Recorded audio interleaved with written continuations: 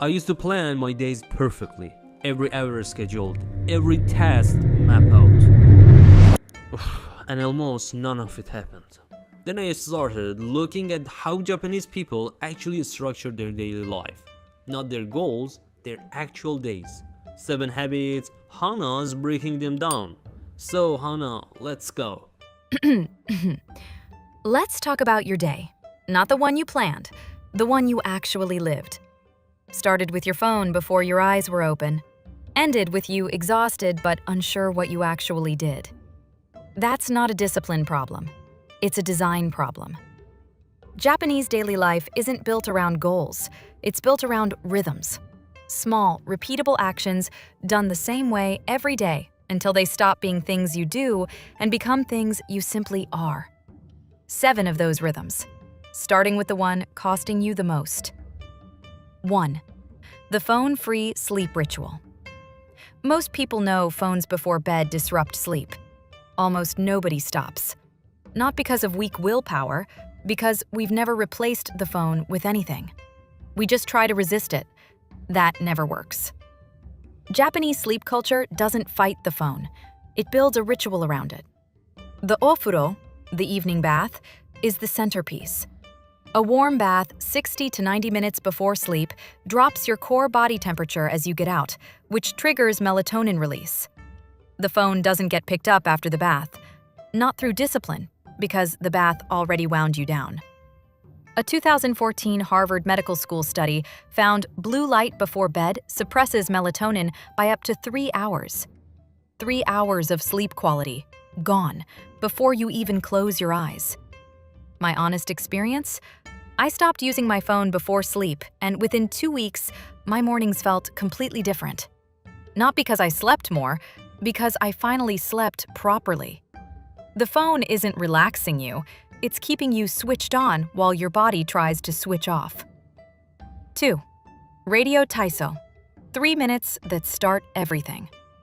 Since 1928, Japan has broadcast a 3-minute morning exercise routine on national radio. Simple movements, arm circles, torso rotations, gentle jumps. No equipment, no gym. Millions of Japanese people do this every single morning.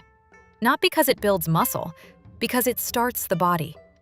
Research on circadian rhythms shows gentle movement in the first 30 minutes after waking accelerates cortisol clearance and signals the nervous system that the day has genuinely begun. 3 minutes. That's it. Not a workout, a signal. And signals, repeated every day, become automatic. That's the difference between a habit and a goal. A goal needs motivation. A rhythm just needs showing up. 3. Mottainai. Use what's already in front of you. Mottainai has no clean English translation. The closest is what a waste, but it's deeper. It's a cultural reflex, a feeling of genuine discomfort at using something less than fully. Japanese kitchens use every part of every ingredient. Nothing waits to be perfect before it's used. Applied to daily life, use the energy you have today, not the energy you'll have after you've slept more, planned better, felt more ready. Use the imperfect hour you actually have, not the 2-hour block that never materializes. My honest opinion? Perfectionism is mottainai in reverse. Waiting for the perfect moment wastes the imperfect one that's already here. I spent years planning perfectly and executing nothing. Mottainai is the antidote. Start with what's in front of you. Use it fully. Move. Okay, I never thought about perfectionism as a form of waste before. That one genuinely got me. Hana, what is next? You have to hear this next one. It sounds like the smallest thing, and it changes more than you'd expect. 4. The genkan, the threshold habit. Every Japanese home has a genkan, a small entrance space where shoes come off before crossing inside. Not just for cleanliness, it's a transition ritual. Researchers at the University of Notre Dame found that crossing a physical boundary creates an event boundary in the brain. The mind files away what it was just doing and prepares for something new. The genkan makes this automatic. Shoes off, The weight of wherever you just were stays at the door. You cross the threshold into a different state. You can build this anywhere. A specific chair, a hook where you hang your bag and take one slow breath. The action doesn't matter. The consistency does.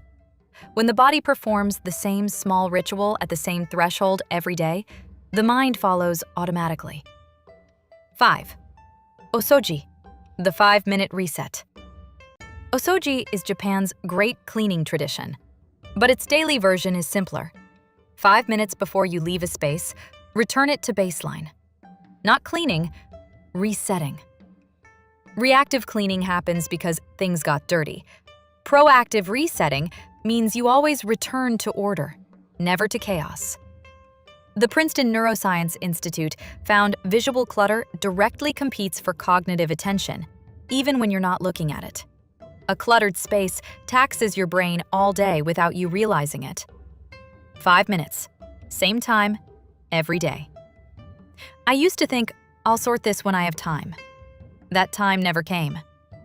Osoji works not because it finds time, but because it's small enough to need none. The clutter thing is interesting. Your environment is taxing your brain even when you're not looking at it. Last 2. One is about what you eat. The other is about who you're with. 6. Shun. Eat what's actually alive right now. Shun is the Japanese concept of peak seasonality, the moment when an ingredient is most flavorful, most nutritious, most itself. Japanese cooking chases shun, not recipes or meal plans, just what's at its peak right now.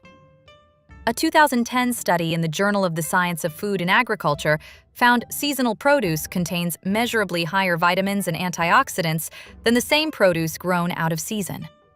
But beyond nutrition, shun does something quieter.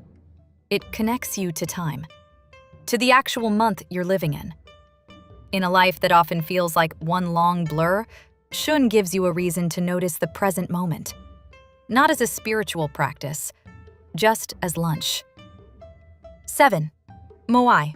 4 people who actually know you. Moai is an Okinawan practice, a committed group of 4 or 5 people who support each other across a lifetime. Not networking, not loose socializing. A small, permanent, intentional circle. The Blue Zone's research identified moai as one of the most consistent factors in Okinawan longevity. Dan Buettner's multi-decade study found it wasn't diet or exercise that explained the world's longest-lived people. It was belonging. The Harvard Study of Adult Development, 80 years of research, reached the same conclusion. The single strongest predictor of long-term health and happiness wasn't wealth or achievement. It was the quality of close relationships. Not the number, the quality. Most adults today have large networks and tiny moai. Some have none at all and feel it as a quiet, nameless loneliness. My honest opinion, this is the hardest habit on this list. Not because it requires time or money, because it requires honesty about who's actually in your circle and what to do if nobody is. 7 habits, none complicated, none expensive. A phone-free wind down, 3 minutes of morning movement, using what's already in front of you, a threshold ritual, a 5-minute reset, eating what's in season, and 4 people who actually know you. None of these are about becoming someone different. They're about being more present in the life you already have. Not goals, rhythms. And rhythms, repeated long enough, stop feeling like habits. They just feel like you. One question, the one I genuinely want your answer to. Which of these 7 is the one you actually need right now? Tell me in the comments. I read every single one. I'll see you in the next one.